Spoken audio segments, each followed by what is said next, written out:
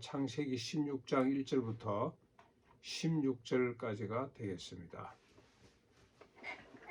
먼저 1절부터 6절까지 보시면 아브라함의 아내 사레는 출산하지 못했고 그에게는 하갈이라고 하는 한 애굽 여종이 있었습니다.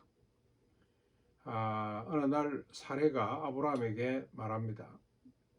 여호와께서 내 출산을 허락하지 아니했으니 하갈에게 들어가 자녀를 얻으면 어떨까? 그렇게 할 수도 있지 않냐라고 제안을 하죠. 그랬더니 아브라함이 사레의 말을 듣고 하갈에게로 들어갑니다.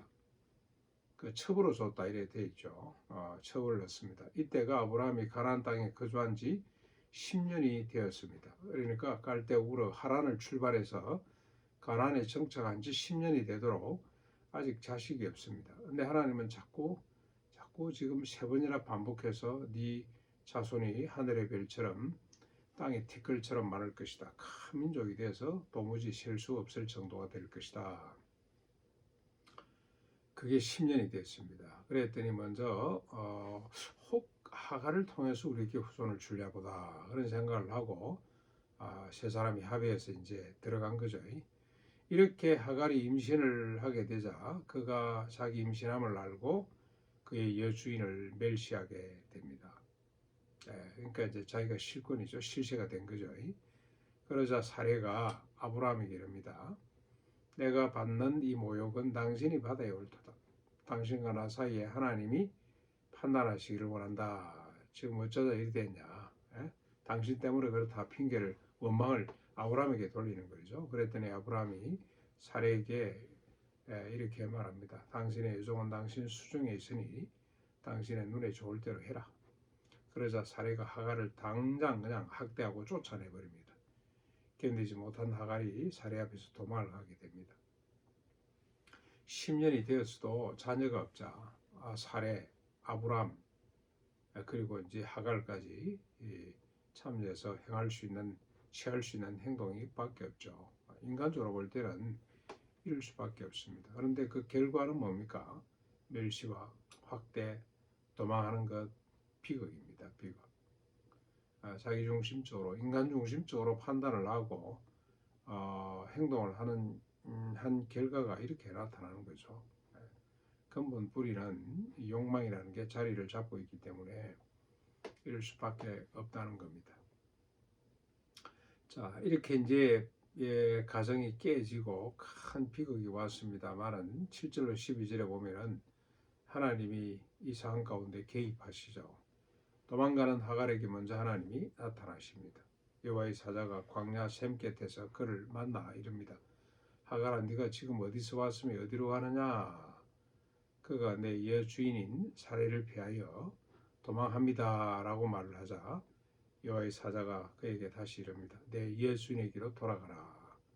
그 수하에 복종하거라.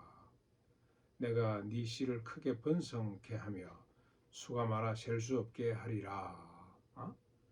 내가 임신하였은즉 아들을 낳을 것인데 그 이름을 이스마엘이라고 하라. 이스마엘, 여호와께서 지켜보신다 그런 뜻이죠.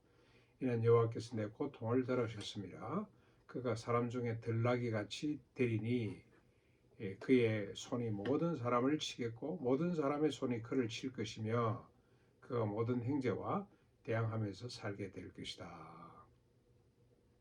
하나님이 이스마엘을 살리시는 거죠.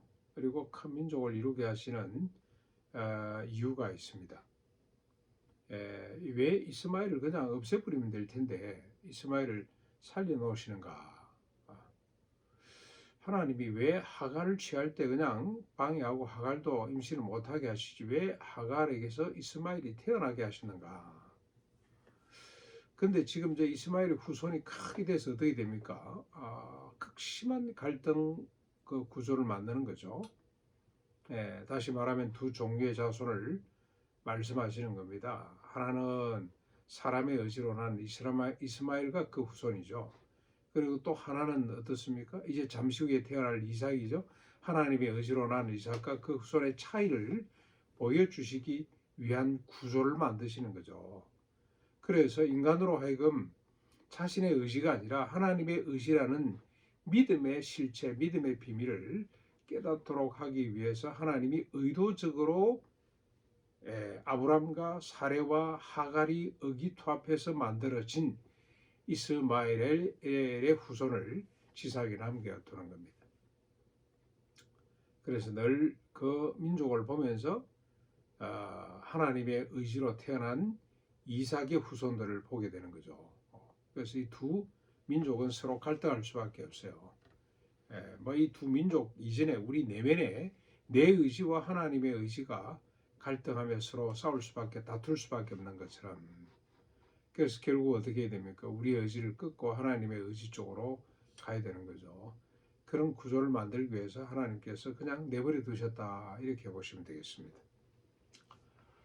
자, 이 말을 들은 하갈이 13절 14절 여호와의 이름을 나를 살피시는 하나님이라 했으니 이는 내가 어떻게 여기서 나를 살피는 하나님을 배웠는고 함이라. 이름으로 그 샘을 브엘라 헤로이, 나를 감찰하는 자의 우물이라는 뜻으로 부르게 되었습니다. 하갈도 하나님을 만난 거죠. 하갈에게도 하나님이 계십니다. 그런데 하갈의 하나님은 하갈을 살펴주시는 하나님, 하갈 자신을 살펴주는 하나님, 그 하나님이에요. 자기가 필요할 때 거기 계시고 자신의 필요를 채워주시는 하나님으로 계시는 겁니다. 그런데 여러분, 아브라함의 하나님은 어떻습니까? 하나님이 먼저 아브라함을 향하여 뜻을 정하시고 그 뜻대로 이끌어 가시는 하나님.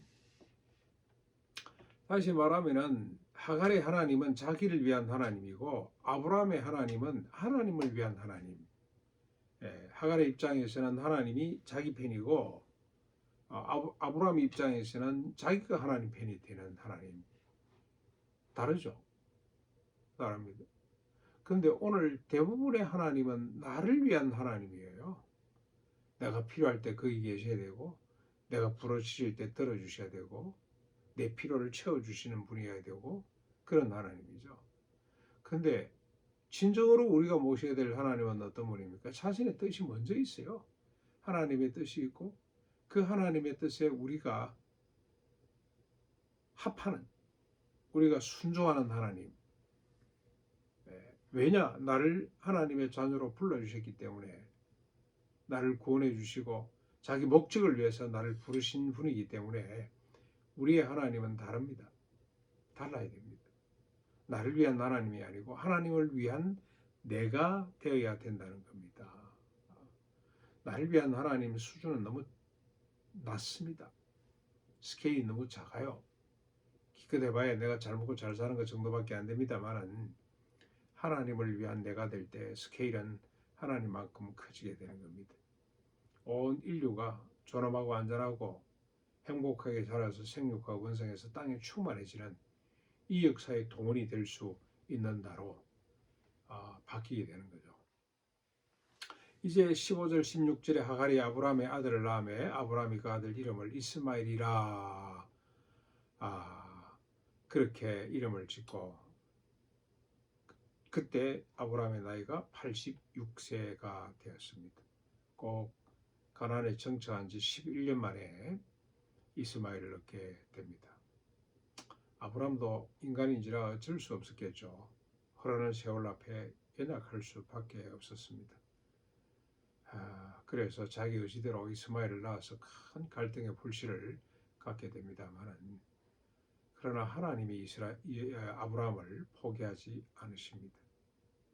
이게 중요합니다. 창세기를 통해서 우리가 얻을 수 있는 교훈은 아브라함이 무슨 대단한 인간이 아니라 하나님께서 자신의 목적을 위해 선택한 이 아브라함을 포기하지 않고 빚어가고 만들어간다는 이 사실을, 이 교훈을 우리가 깨달아야 합니다. 오늘도 나를 포기하지 않으시는 하나님, 나는 하나님을 종종 잊어버릴 때가 많습니다만 하나님이 나를 포기하지 않으시죠. 그리고 하나님의 뜻대로 나를 빚어가시는 그 하나님을 찬양하며 믿음으로 바라보는 오늘 하루가 될 수 있기를 바랍니다.